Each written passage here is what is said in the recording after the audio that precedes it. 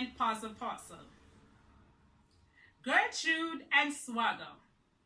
Gertrude, a Jamaican descent lady living in the States. Her husband, Swagger.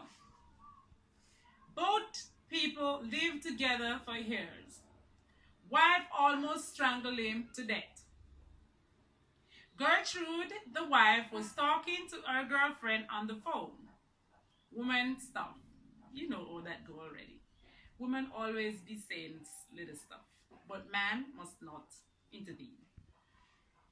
Swagger then intervened and started to verbally abuse her, calling her all sorts of dirty names. You know how our American men stay already when they are, cursing their women, bitches and and stuff. Gertrude gets real upset at his behavior and gets to him and told him to stop. He continues on and on and on, having her grabbing him by the neck, squeezing as hard as she could. She then attempted to grab the balls, in which the American husband, Swagger, started to cry. Let me go, Yo, you Jamaican girl, let me go, let me go.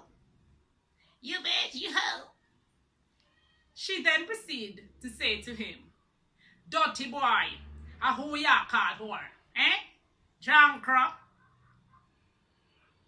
The Jamaican words started to evaporate. After all of the altercation, Gertrude remembered her family members and her business. Then she decided to let him go. He went in shock mood as she told him all sorts of dirty Jamaican clothes that he didn't even know existed. You don't know how the Jamaican words go already. I don't have to say. You can go and Google it.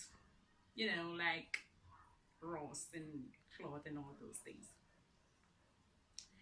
From that day, poor Swagger is a changed man because he doesn't want the situation that happened to him before to be repeated.